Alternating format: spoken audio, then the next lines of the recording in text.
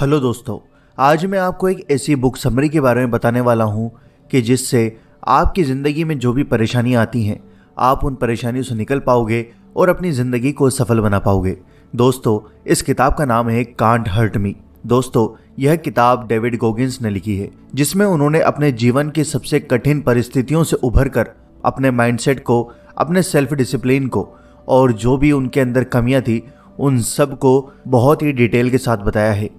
यह किताब हमें सिखाती है कि इंसान की मानसिक और शारीरिक सीमाएं वास्तव में बहुत ही ज़्यादा अनलिमिटेड हैं, बशर्ते हम अपने माइंडसेट को सही दिशा में मोड़ सकें।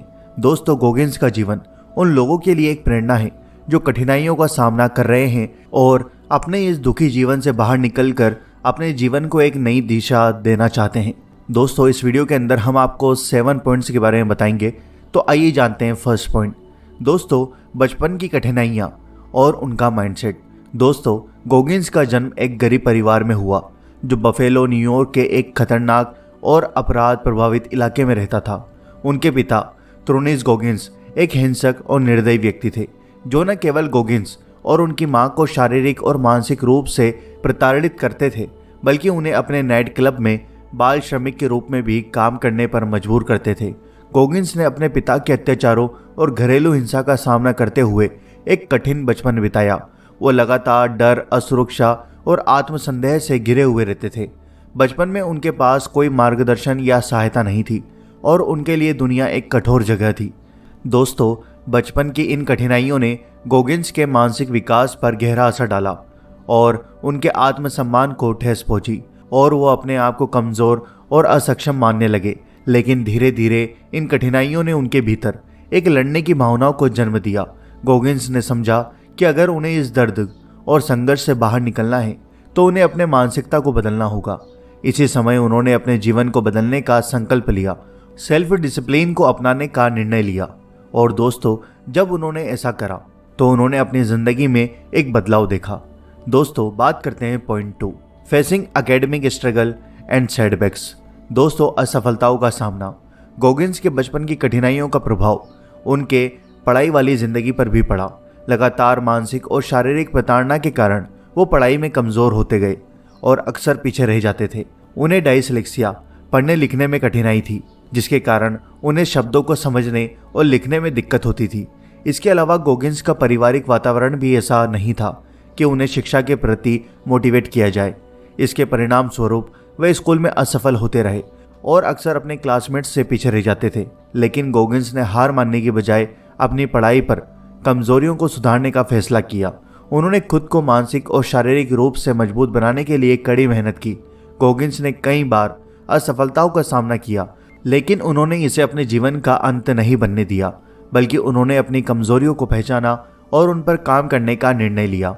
उन्होंने महसूस किया कि उनकी असफलताएं उनकी स्थायी स्थिति नहीं थी, बल्कि उन चुनौतियों का परिणाम थी जिन्हें वो पार कर सकते थे। Point 3, struggling with obesity and physical ill health.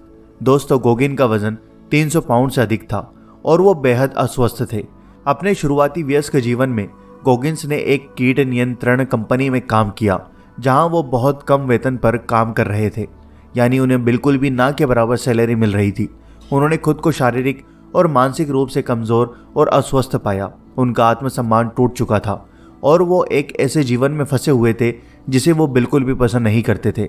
उन्होंने खुद को एक ऐसा व्यक्ति बना लिया था जो अपने जीवन से संतुष्ट नहीं था और अपने सपनों को खो चुका था। लेकिन एक दिन गोगिंस ने अपने जीवन की स्थिति को बदलने का फैसला किया। उन्होंने खुद से वादा किया कि वो अपने शरीर और दिमाग को बदलेंगे। उन्होंने कड़ी मेहनत की और अनुशासन को अपनाया। उन्होंने अपने खाने की आदतों को बदलकर और हार्ड एक्सरसाइज रूटीन अपनाकर अपने शरीर को बदलना शुरू किया। गोगिंस ने अपनी शारीरिक सीमाओं को धकेला और असंभव को संभव करने के लिए खुद को मोटिवेट किया। इस काम में उन्होंने अपनी मानसिकता को भी बदल दिया। वो समझ गए कि शारीरिक दर्द को सहने और उसे पार करने की क्षमता उनकी मानसिकता पर निर्भर करती है। Point 4, journey to becoming a navy seal. दोस्तों, गोगिंस का नौसेना सील बनने का सफ़र उनके जीवन का एक बहुत इंपॉर्टेंट मोड़ था। नौसेना सील बनने के लिए उन्होंने अत्यधिक शारीरिक और मानसिक चुनौतियों का सामना किया। 3 बार उन्होंने हेल वीक यानी सेल ट्रेनिंग का सबसे कठिन हिस्सा का सामना किया, जिसमें उन्होंने असहनीय शारीरिक और मानसिक कष्टों का अनुभव किया।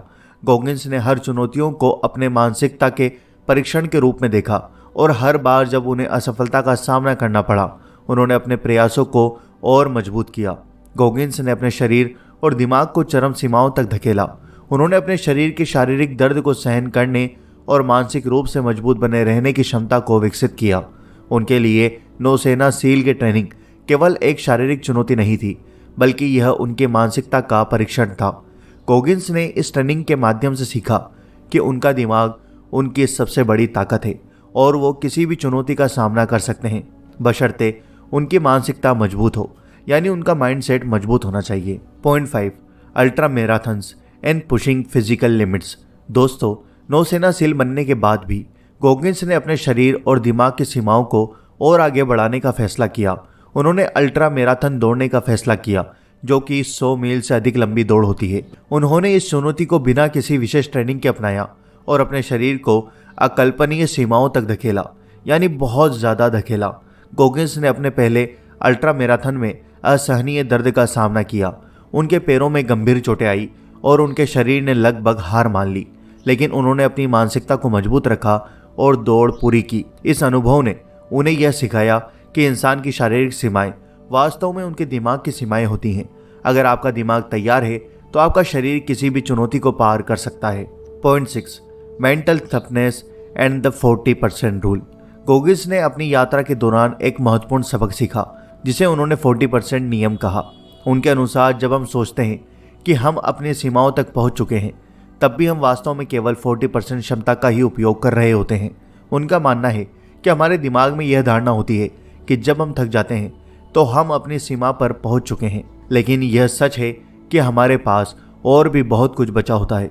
गॉगिंस ने इस नियम को अपने जीवन में लागू किया और हर बार जब उन्होंने सोचा कि वे और आगे नहीं जा सकते, उन्होंने अपने दिमाग को इस धारणा से बाहर निकाला और अपनी सीमाओं को और आगे बढ़ाया। उन्होंने अपने शरीर और दिमाग को इस तरह प्रशिक्षित किया कि वे दर्द और कठिनाइयों को सहने और उन्हें पार करने की क्षमता विकसित कर सकें।